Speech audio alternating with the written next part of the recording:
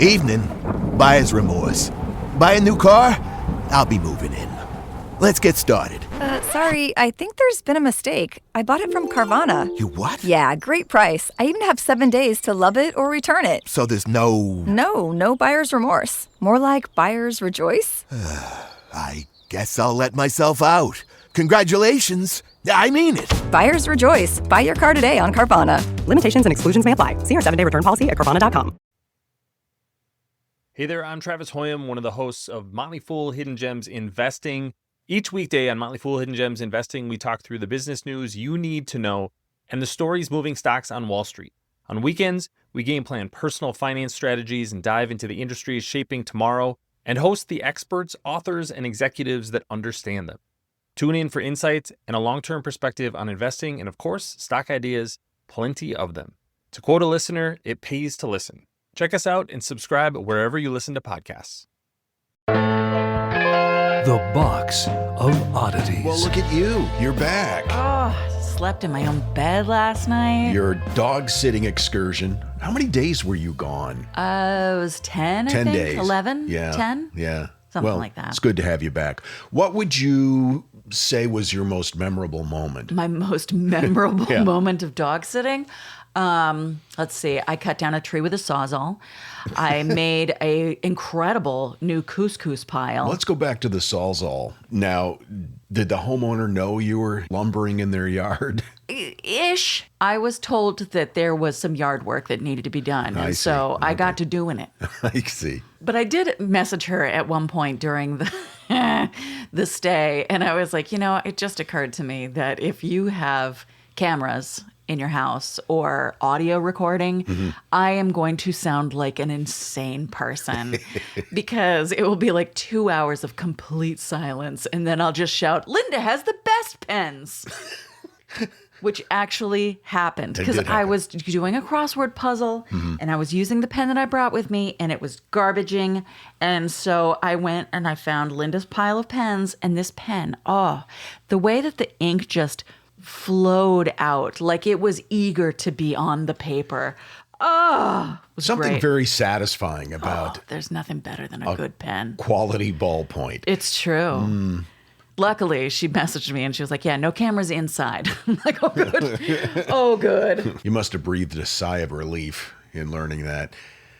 Well, anyway, it's good to have you back. And while you were gone, I cobbled this story together. Can't wait. I'm a story cobbler. I know it from way back. You have elves, I hear. I have story cobbling elves. You've heard me talk about my grandfather. Your dad's dad or your mom dad? My dad's side. Yes, okay. He was born in 1900 and spent his entire life, well, most of it anyway, in a small farming community in northern Maine called Monticello. Monticello? No. No, Monticello. Thank you for pointing that out because people will correct me. Maine does that, though. Yeah, We've got Calais. that's right. Not Calais, which is odd because it is predominantly a French community on the border of Canada. That's true. But anyway, yeah, Monticello. Around 1920, he built what was probably one of the first crystal radio sets in that part of the state. Pretty sure it was the first, but certainly one of them. And by crystal radio set, you mean a radio that receives its transmissions via crystals? Yeah, it uses a special type of crystal and wire and some sort of electrical input. I don't understand any of that. People would build their own in those days, which is what he did. That's so cool. To make it work, he strung an antenna wire from the house to the barn. I remember him telling me about this, and then all the way out to some of the tallest trees in the backyard. And in those days, there was not much to listen to. KDKA in Pittsburgh had signed on. That's the one he could get most consistently. And the only other commercial radio station on the air in 1920 was in Detroit, and that would occasionally come in. That was called 8MK.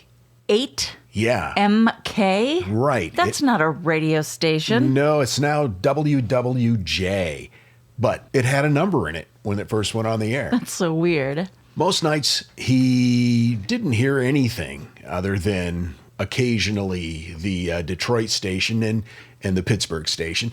But every so often he would hear something that he couldn't explain. And you have to kind of put yourself in the mindset of what that must have been like. 1920, rural northern Maine. And now there's this new contraption that pulls voices out of the air. Right. And also consider, I think, that rural Maine in the 1920s is the equivalent to other places around 1870. Civil War.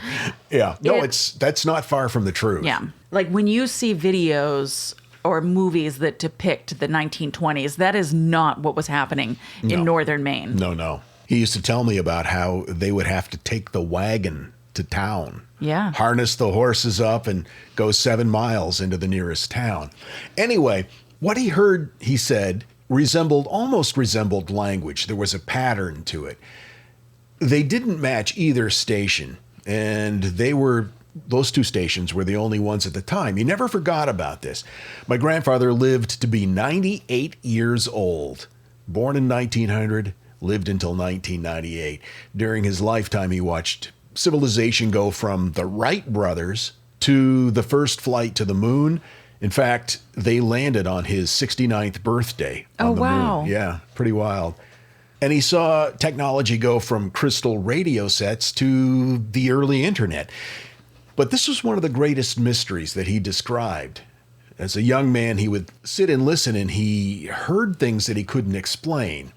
And as it turns out, he was not alone. Most famously, Tesla. And we'll get to that in a minute. Okay. But for a brief period in the early 20th century, that happened all over the world, even before my grandfather heard it in 1920. And when most people picture an early radio, at least I picture it as, one of those wooden cathedral type Of course. radios that sat on a table. Before and during the earliest days of broadcast radio, wireless communication depended on enormous receiving antennas. You'd have to string them between buildings, and commercial ones were stretched across fields. They suspended them between tall towers. Oh, wow. I didn't know that. Sometimes they ran for miles. And you asked about what a crystal radio was. They were surprisingly simple. It included a crystal of galena, a fine wire called a cat's whisker, a tuning coil, and a pair of headphones. The early radio receivers didn't even have a speaker. Galena, Galina. Galena. Googling it. Ooh. A natural lead sulfide mineral or a historic tourist city in Illinois. But the giant antennas worked almost too well. They gathered every whisper of radio energy they could find, whether anybody intended to send it or not. And like my grandfather, wireless operators began noticing signals that didn't fit any pattern that they recognized. Now, there were sharp clicks, long buzzing sounds, and pulses that appeared to repeat. With a high degree of regularity, there seemed to be patterns behind it. Some nights the sounds would continue for several minutes. Other nights they would just vanish without warning. No one could pinpoint a transmitter. Nobody could point to where the stuff was coming from. So weird. And that probably doesn't sound too remarkable today, but again, put yourself in the mindset of people back then. Radio was still so new that scientists were learning its rules kind of as they went. Every unexpected signal raised another question.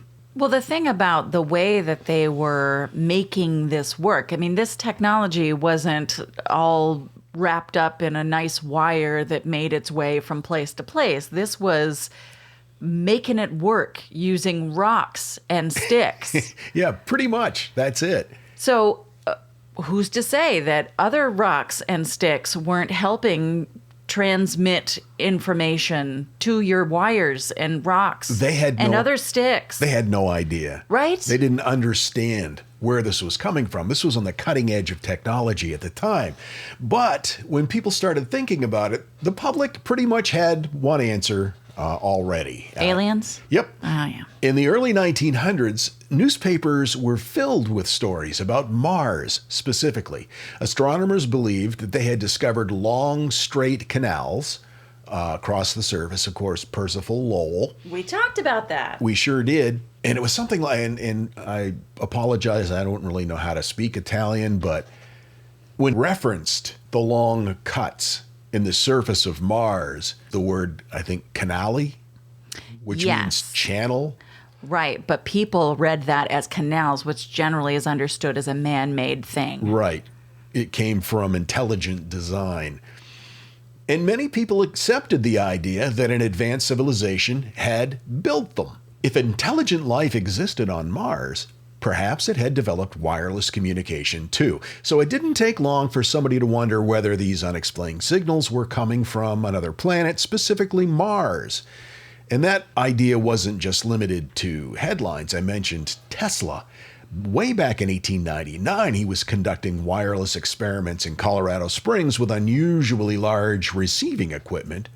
During one series of tests, he detected pulses that didn't behave the way that he expected. He described them as being unlike ordinary atmospheric disturbances that he was used to, and later suggested that they might have come from an intelligent source beyond Earth. At different times, he mentioned Mars specifically.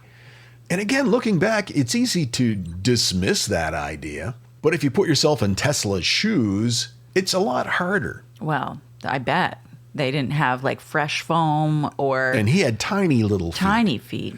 The radio spectrum was almost completely unexplored. There was no catalog of natural radio phenomena to compare against. If you heard something unusual, there wasn't much experience that could guide you in determining where it came from. Right. Marconi himself entertained the possibility that unexplained signals could have been of extraterrestrial origin. He never claimed he had established contact with another world, but reports of unusual receptions often found their way into newspapers.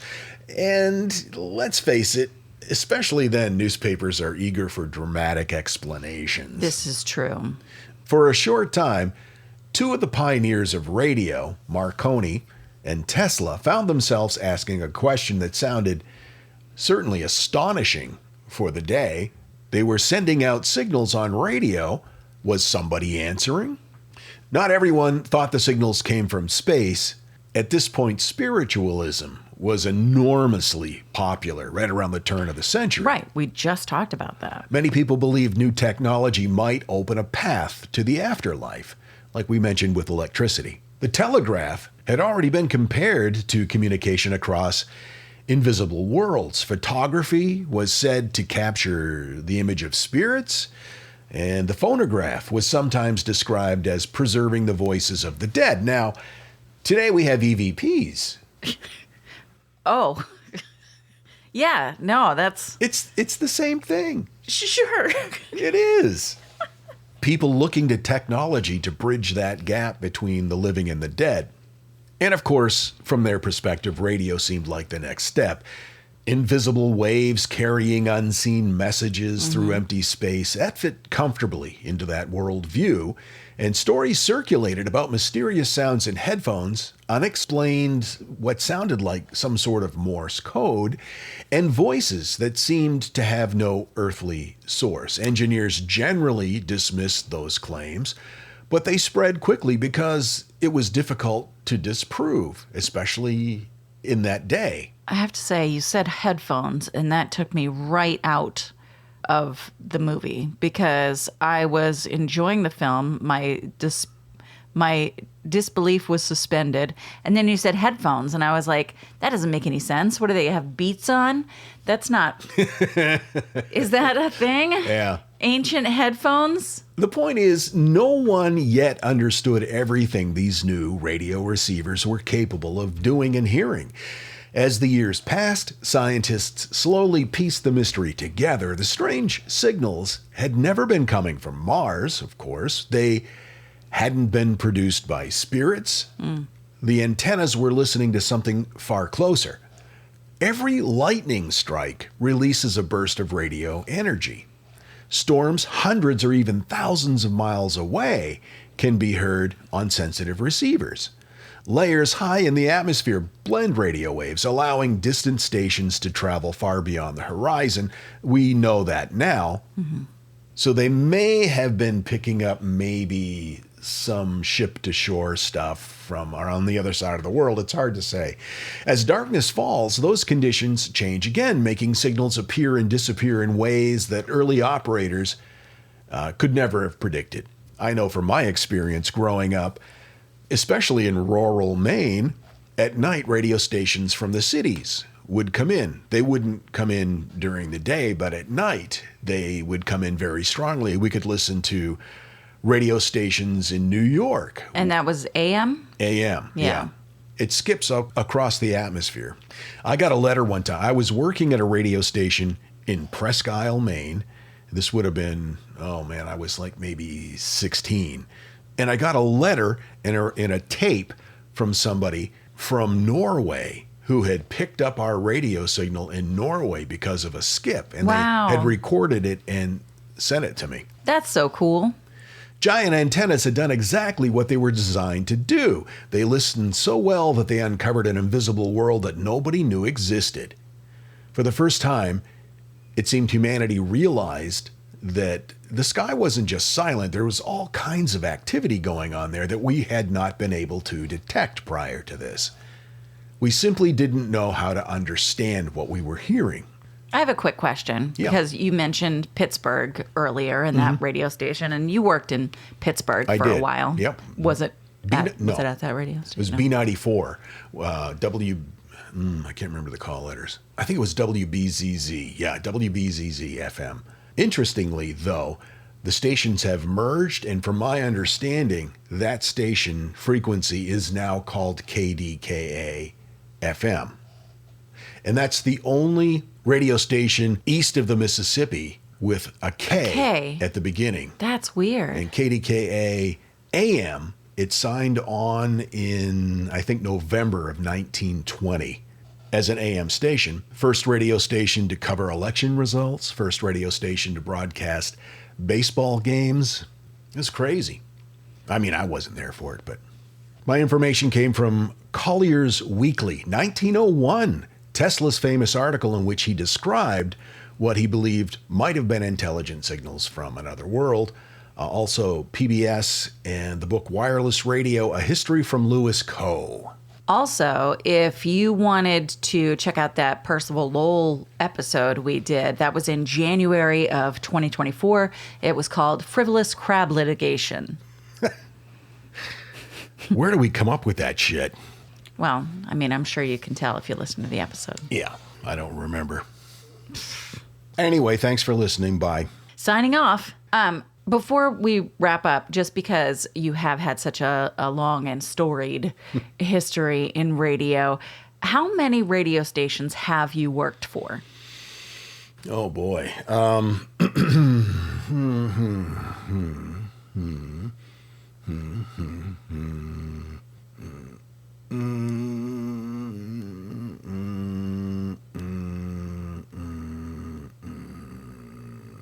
14. Wow. Yeah. And there was one weekend where I had been working full-time at one radio station and part-time in a station in another city. And then I got another job at a station a little bit farther away from that city. And I used 3 different air names. One weekend, or one Friday, I was one name at one station. Saturday and Sunday, I was another name at another station. And then Monday, I was a different name on a third station. Gosh, that must have been confusing. It's a good thing you don't have to deal with that anymore. Yeah, no kidding. Woo. Well, if you know anything about us, you know that we have weird eyeballs. We sure do. And so it's important to us, if we're going to have to wear glasses, to look good. And you know me, I'm frugalicious. So I will sometimes put off buying new glasses because I don't want to pay for them. But that is not a problem anymore because of Zenni. Zenni is an online eyewear shop. Prescription glasses, sunglasses, blue light lenses, starting at under $30. And we have just ordered our Zenni glasses. It was super easy. You go to Zenni.com, pick a frame, upload your prescription, and they ship right to your door. And they start at under $30. No appointment, no store, no upsell at the counter. You don't have to watch someone wait for you trying on glasses. Over 150,000 five-star reviews. And if you've never bought glasses online before, Zenni has a virtual try-on so you can see exactly what your frame is going to look like on your face, or in my case, my big fat face. What I have found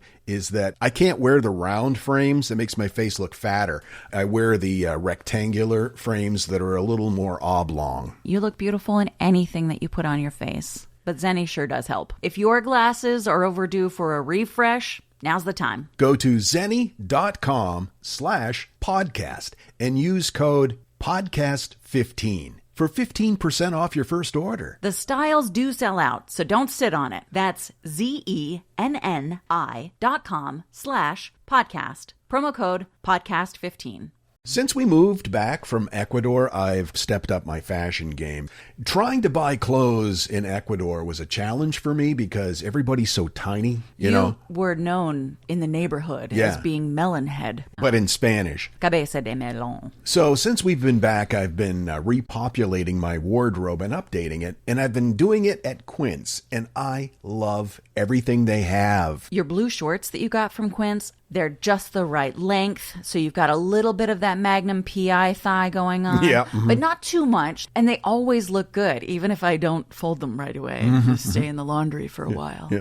The best summer pieces are the ones you end up wearing on repeat, and those shorts, one of them. Comfortable, versatile, and somehow right for almost every occasion, without the traditional retail markup. I have a perfect linen dress that I got from Quince because it is lightweight, it's breathable, it looks good. I just keep reaching for it in my closet. You get quality, you get affordability, and they also have bedding and bath products. Quince isn't just clothes. But man, do I love their clothes. Make your summer wardrobe feel easier. Go to quince.com/oddities for free shipping on your order and 365-day returns. Now available in Canada too. Yee. That's QUINCE.com/oddities for free shipping and 365-day returns. Quince.com/oddities. And now, that thing in the middle. I was driving home from the dog sitting gig the other day, and I drove past a restaurant called Boring Q. And I just don't, how did you come to Boring Q restaurant? What does that even mean? What does that mean? I don't know. What is the marketing concept behind that? I got to thinking, like, what are some really bad business names? I mean, some of them can be funny, for sure. But I did a Google search, and holy wow, there is a plethora. The world is chock-a-block. I want to tell you about some of them. And I've enjoyed reading through it. I'm going to start with this one. Number 5, Going Postal. It's a chain of retail shipping and receiving stores. They have hundreds of locations, and they're based actually in Zephyrhills, Florida, not far from where we are. And for those of you who were alive in the 80s and 90s, you know that slang expression. It refers to workplace rage and that resulted in gun violence. According to Wikipedia, there were like 40 people that were killed by workers, quote, going postal in a series of shootings. And it references the first one, which happened in Oklahoma. At a post office. At a post office. Yeah. It seems tacky. I'll cut you, hair studio. Okay. Wow. Oh, I don't think we need to say anything else. I love it. No. Number 3, it's a chicken pizza sandwich place. And the logo has the profile of a chicken on it. And it's called Sam and Ella's. Sam and Ella's Chicken Palace. Oof. Also in Florida, Masturbate and Tackle. Oh my God, that must have been intentional. It's gotta be. Oh, well, yeah, their slogan is, "We are stiff competition." Ah, there you go. So, okay. Number 1, a gas and propane company called Passmore. Passmore Gas and Propane. I got the phone number if you'd like to call them. I would like that very much. Oh, here's a bonus one. Am I Gone Funeral Home. Also, Stubbs Prosthetics. No. Oh, and Tequila Mockingbird. Okay. That's just funny. It's weird because Lindsay and I have been talking about that the last couple of episodes on the shallow end, because there was a restaurant in Tucson called Tequila Mockingbird. Oh, yeah? And this would have been a long time ago. And somebody in the UK was listening to that episode and said, we have one here, and sent a picture of Tequila Mockingbird in London or something like that. Oh, wow. Yeah. Wouldn't be a great name for a chain, though, because the second store wouldn't open for like 30 years. Harper Lee reference. Wow. Too deep? Wow. It's just because she wrote that and then didn't Yeah. write anything else for a really long time. I got that. I know. I love you so much. When it's time to scale your business, it's time for Shopify. Get everything you need to grow the way you want. Like, all the way. Stack more sales with the best converting checkout on the planet. Track your cha-chings from every channel, right in one spot. And turn real-time reporting into big-time opportunities. Take your business to a whole new level. Switch to Shopify. Start your free trial today. Yes! Yes! A Lego set is a gift that always clicks. And clicks. Ooh, ooh, and clicks. For kids who love to save the day, choose a Lego set. A gift that always clicks. Remember playing board games as a kid with your family? Oh, all the laughter, the love, the feeling of pure joy and acceptance. Yeah, neither do we. This is The Box of Oddities. It's July 1955, and the U.S. announced satellite launch plans. What was the date again? Your grandpa was there. July of 1955. Okay, he would have been 55. It was always easy to figure out how old Grampy was. Right. This is the last two numbers of whatever year. Was how old he was. Yep. It was only August when the Soviet Union matched the U.S. announcement that they were going to launch a satellite. Mm-hmm. And then it was in October, 2 years later, when the Soviet Union launched Sputnik, the first real artificial satellite, which truly ignited public and political urgency worldwide. The U.S. was scrambling to catch up. NASA is brand new, and scientists are trying to figure out what happens to the human body when gravity practically disappears. Well, no one at this point had ever spent days floating in space, allegedly. So no one knew whether astronauts would become violently ill or lose their sense of balance or be able to function or, something that we couldn't even imagine might happen. So in the late 1950s, NASA and the U.S. Naval School of Aviation Medicine established a joint research program to study these effects, and they needed test subjects. The subjects would be challenged to perform physically and mentally demanding tasks, and they knew where they wanted to go to find these test subjects. Gallaudet College in Washington, D.C., founded in 1857 and now known as Gallaudet University. It was originally called the Columbia Institution for the Instruction of the Deaf and Dumb and the Blind. Ooh, really? The men selected became known as the Gallaudet 11, and they were deaf. 10 of the 11 men had lost their hearing after spinal meningitis as children. The illness had also damaged the vestibular system inside their inner ears, the tiny structures that normally tell you and your brain which way is up and can cause motion sickness. NASA saw these men that didn't experience motion sickness the way that hearing people usually do as an incredible opportunity. The men selected were Harold Domich, Robert Greenham, Baron Gluck, Raymond Harper, Gerald Jordan, Harry Larson, David Myers, Donald Peterson, Raymond Piper, Alvin Steele, and John Zakutny. And beginning in the late 1950s and continuing into the 1960s, the Gallaudet 11 volunteered for some of the strangest experiments ever devised. It should be noted that James Bisher and Pauline Register Hicks also took part in NASA testing, but they weren't part of the Gallaudet 11. Didn't want to leave you guys out. The team rode brutal centrifuges that simulated crushing G-forces. They spent days living inside rotating rooms.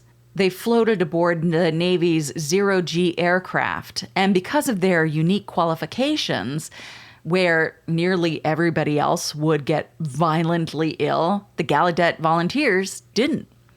Researchers weren't just interested in whether they got nauseated. They wanted incredibly detailed descriptions of how their bodies perceived movement when gravity stopped doing what it normally does.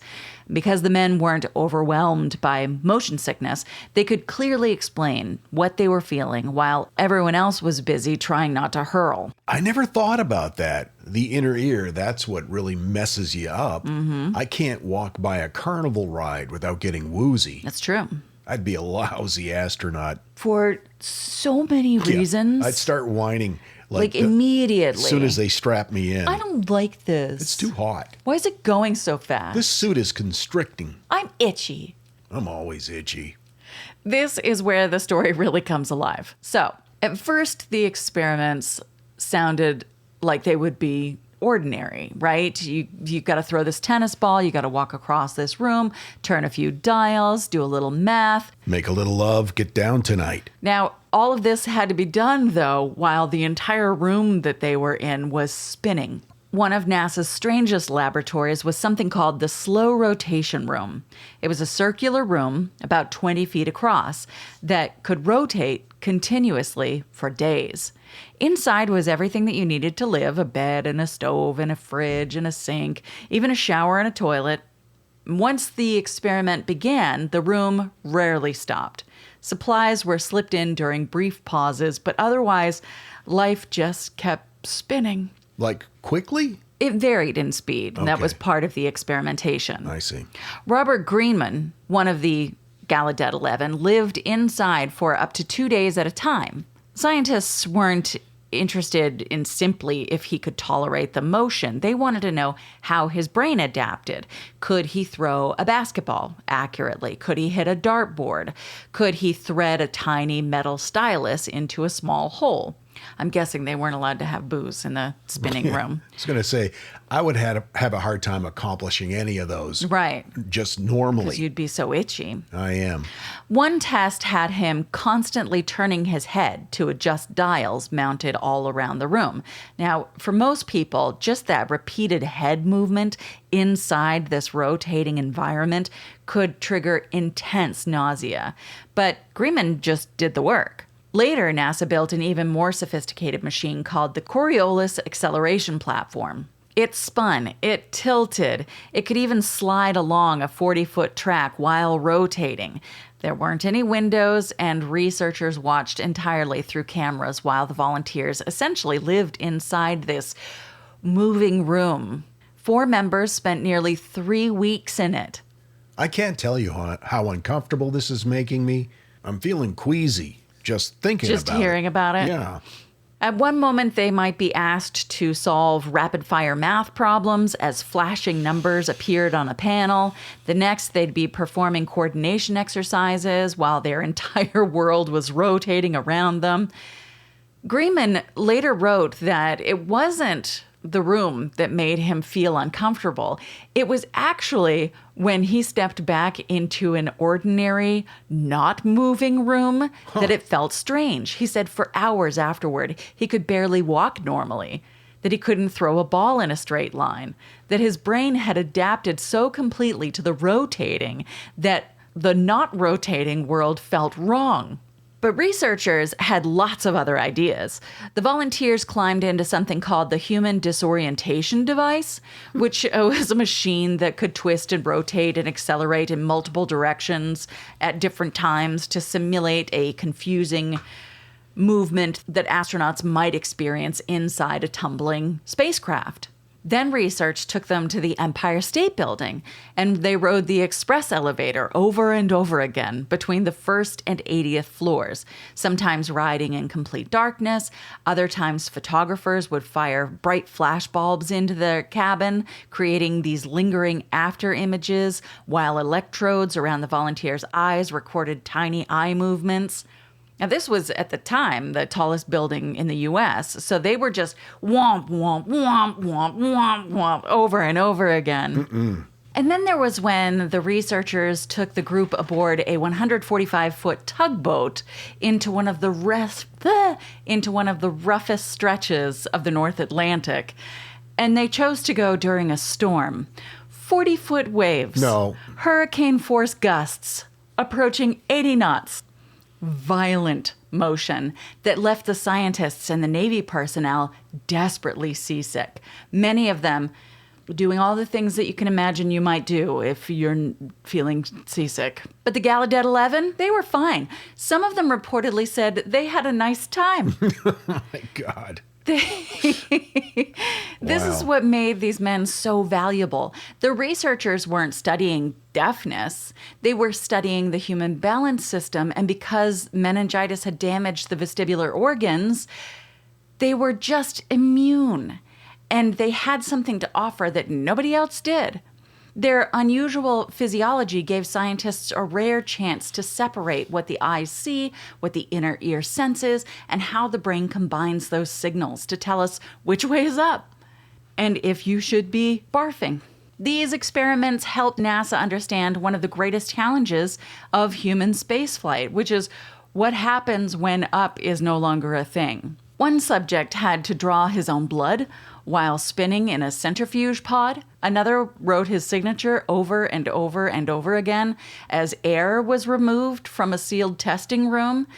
He received oxygen again when his scribbles became illegible. Yeah, I was going to say the inner ear thing probably didn't matter. Probably not so much there. The experiments helped scientists separate the roles of the different parts of your brain. And it led to a much better understanding of why astronauts become disoriented in space and how the human brain adapts to weightlessness. That knowledge fed directly into the early human spaceflight program. None of the Gallaudet 11 ever became astronauts. In fact, the very characteristics that made them indispensable to this research meant that they wouldn't have met NASA's required qualifications, which is kind of ironic. Harry Larson, one of the volunteers, probably summed it up best decades later. We were different in a way that they needed. Gallaudet University worked hard in recent years to tell this story because it represents an incredible example of deaf people making a difference and a unique contribution to science. It's a remarkable reminder that sometimes scientific advances are not from finding perfect people, but by recognizing that people that we've overlooked may possess exactly the qualities needed to answer questions that nobody else can. There was an exhibit at the Gallaudet University that featured this story. It's not there anymore, but some of the other exhibits that are on right now look really interesting. And if we have time on our road trip, I would love to go to the Air and Space Museum because I hear tell that there's information there about the Gallaudet 11. Yeah, that's one museum at the Smithsonian we haven't been to together. Down for that, girl. Yay! I got my information from Smithsonian, from Gallaudet University, from the Air and Space Museum, and, of course, Wikipedia. It's funny you brought this up. I was just reading about the NASA twin study. It was a study with twin astronauts, Scott Kelly and his brother Mark Kelly, who's now the U.S. Senator from Arizona. Scott Kelly spent 340 days on the International Space Station, and his brother stayed on Earth. And what they discovered was about 7% of Scott's gene expression experienced distinct, long-lasting shifts. It's weird, right? Space didn't rewrite his actual genetic code, but it altered how his cells read and activate genes. Crazy, right? Yeah. And then you wonder, like, is Mark Kelly, who was also a naval officer, by the way, so Navy, astronaut, senator, like, that's a pretty wild resume. Is he technically older than his brother now or younger? Oh, yeah, because time... So he would be older, right? He would be younger, I think. The faster you go, the more time slows down. Right. So the one who didn't go. So when he comes back, his brother, like the twins hypothesis, Einstein, if your twin got on a motorcycle and rode the speed of light. Yeah. Maybe around the village. This is how Carl Sagan described it, so that's how I'm going to describe it. And you didn't have to travel long at the speed of light. When you came back, your twin would be an old man. Yes, that's what I was saying. So Mark would be older. Mark would be older, Scott would be younger. Yes. Fractions of seconds, but still pretty wild. And it just once again brings into question time. What is you, even? Well, one thing's for sure, time isn't after us. Time isn't holding up. Okay, I think it's time to wrap this up. All right. theboxofoddities.com. Guys, we appreciate you so much. That's where you can find details about merch, about Straying North, about Patreon, about The free newsletter. the free newsletter. And live shows when we book those. I'm not saying anything about live shows or when we might be doing them next, Why is that? because we might be doing some next year. Maybe. Maybe. We'll see. I'm not saying anything about it. Okay, good. We'll see you next time. Until then, keep flying that freak flag. Fly it proudly, you beautiful freak. And so, let it be known that the Box of Oddities belongs to you, and its fate is in your hands. We wish to offer our deeply felt gratitude and appreciation for your patronage. TheBoxOfOddities.com. Copyright 2026, all rights reserved. Starting a business can seem like a daunting task, unless you have a partner like Shopify. They have the tools you need to start and grow your business. From designing a website to marketing to selling and beyond, Shopify can help with everything you need. There's a reason millions of companies like Mattel, Heinz, and Allbirds continue to trust and use them. With Shopify on your side, turn your big business idea into... Sign up for your $1 per month trial at shopify.com/special offer.